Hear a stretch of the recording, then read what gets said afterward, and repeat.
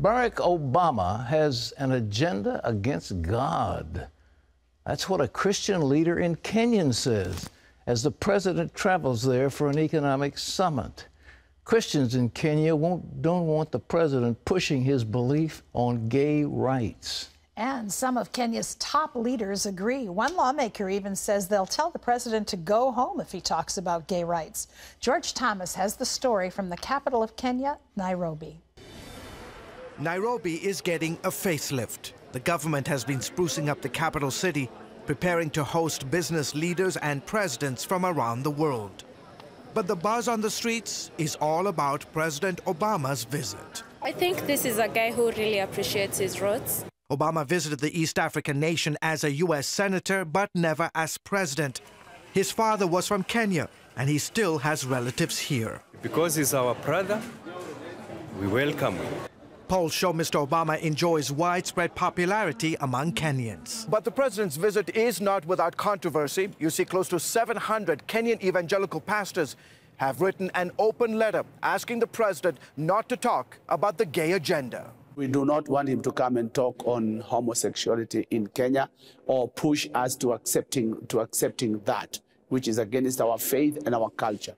Mark Kariuki is the key architect of that letter. He leads an alliance representing 38,000 churches and 10 million Kenyan Christians. He welcomes the president's visit, but says leave the gay talk in America. Let him talk about development, let him talk about cooperation, let him talk about the long-time relationship Kenya has had with America, but about our beliefs and culture, keep off. Obama has used previous trips to Africa to urge governments to respect gay rights. Kariuki says the open letter is a warning to the president. The family is the strength of a nation. If the family is destroyed, then the nation is destroyed. So we don't want to open doors for our nation to be destroyed. Pro-family activists took to the streets of Nairobi this month, urging the president to avoid the subject when he visits. Since Obama has a Kenyan descent, I think he should be more familiar with our culture. Homosexuality is illegal in Kenya and 37 other African countries. In fact, Kenya's penal code says any individual who has carnal knowledge of any person against the order of nature can face 14 years jail time. Bishop Kariuki says he'll fight to keep homosexuality a crime in Kenya. Because it is an abomination to God. Top Kenyan politicians are also weighing in. The country's deputy president is quoted saying, "God did not create man and woman so that men would marry men and women marry women." Another lawmaker warned, "We shall tell him to shut up and go home if he talked about gay rights." After last month's U.S. Supreme Court ruling legalizing gay marriage in America, one politician here said allowing such a thing in her country would open, quote, floodgates of evil, synonymous with the biblical Sodom and Gomorrah. Meanwhile, Bishop Kariuki says the president is destroying America with his support for gay marriage. I believe that with all my heart. With that agenda, he's ruining America because America has been known as a Christian nation. It has been known as a nation that has sent missionaries out. Now it is a different nation altogether because it's an agenda against God. George Thomas, CBN News, Nairobi, Kenya. Boy, those Africans have got it right. One wishes that the President of the United States would listen to some of his fellows, Africans, cousins, to what they have to say because they speak truth and they speak wisdom. Well, here at home, the President's team has run into another major roadblock on Capitol Hill. And they try to sell their nuclear deal to Iran. And skeptical Republicans and Democrats are saying, wait just a minute. John Jessup has that story from our CBN News Bureau. Thanks, Pat. The Obama administration promised full disclosure about the agreement with Iran, but some lawmakers are just now learning about secret side deals that could make it even harder to verify if Iran is living up to the deal's obligations. And as Gary Lane reports, that could also make it more difficult for some lawmakers to vote for the plan. After Defense Secretary Ash Carter tried to change the Israeli Prime Minister's mind about the Iranian nuclear deal, John Kerry lobbied members of Congress on Capitol Hill. The U.S. Secretary of State promised full disclosure of the Iranian nuclear agreement. We're very much looking forward to answering any and every question that the members of the House have, and then later the members of the Senate. But despite the administration's pledge of transparency, 2 congressmen revealed they recently learned about 2 secret side deals that were made between the UN International Atomic Energy Agency and Iran.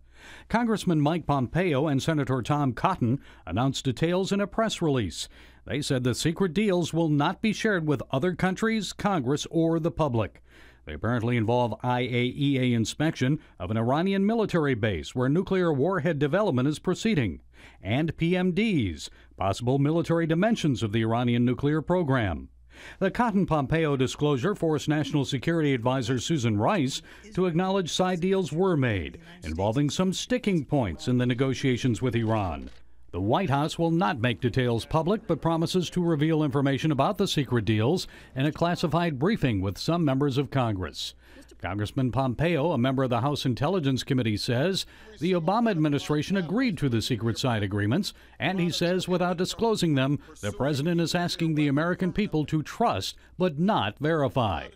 The intent of that remark was likely to compare President Obama's negotiating skills with those of Ronald Reagan. In December 1987, at the signing of the Intermediate Nuclear Forces deal with the Soviets, President Reagan reminded Mikhail Gorbachev of an old Russian proverb. Doverяй, но проверяй. Trust but verify. На каждой встрече вы это повторяете. You repeat that at every meeting. Republicans admired Reagan for standing up to the Soviets and gaining concessions. 28 years later, they're saying secret side deals could make it unlikely to verify that Iran really is complying with this nuclear deal. Speaker of the House John Boehner says he'll do everything he can to stop the Iranian nuclear agreement. Members of Congress will have 60 days to consider and debate the deal before a final vote in September. Gary Lane, CBN News. And Pat, those secret side deals will make it an even tougher sell on the Hill. I tell you, the revelation of this is an absolute shocker. It shows the duplicity of the people at the White House, of what they're doing. Kerry and Susan Rice and these other people are trying to hoodwink the American people. This is a terrible deal. And what it's going to do is to embolden one of our worst enemies. These are the people who've blown up American forces with their IEDs in Iraq. They have paid for the Hezbollah forces in Lebanon and Syria and other places.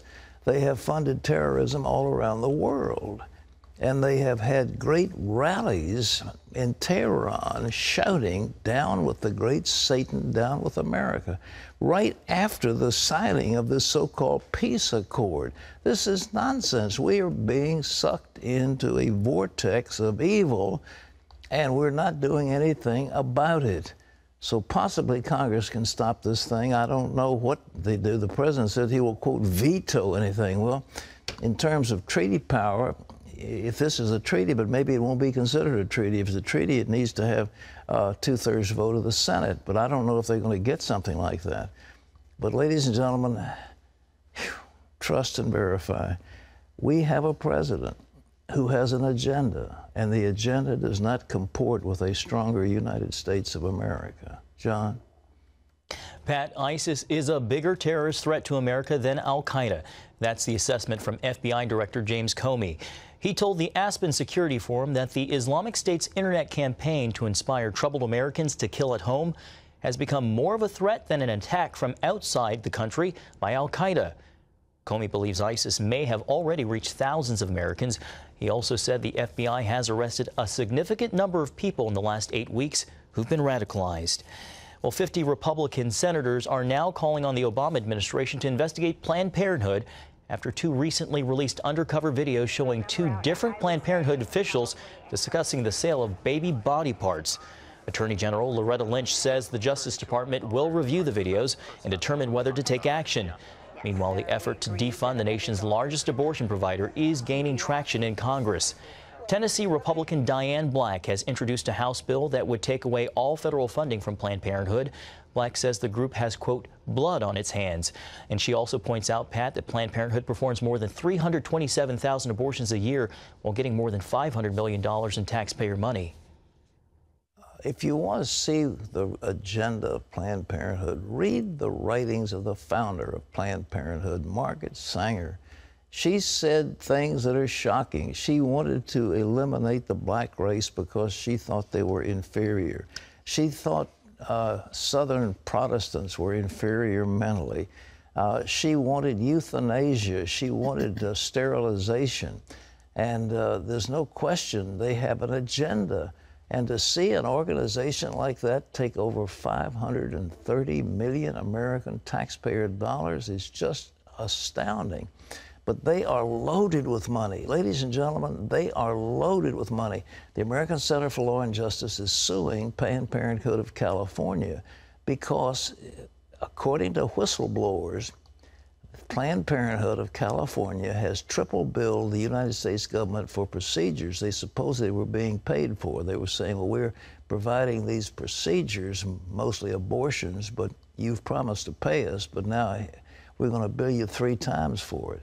And the damages in that case are staggering, but the amount of money that one organization had probably is as much as $500 million. They are just loaded. It's stuffed in with cash because it's coming from all sides. And now we learn they're in the business of selling body parts. It's just, I mean, it's horrifying to hear the callous nature of these women discussing what they do. Their hearts have been so hardened. These are little innocent babies. And they're talking about a Lamborghini and I'm going to have an intact head and we're not going to do crushing things. I mean, come on. How sickening can you have to be? When do we stop the federal money? If there was ever a cause that should go before the American electorate in this next election, it has to do with Planned Parenthood.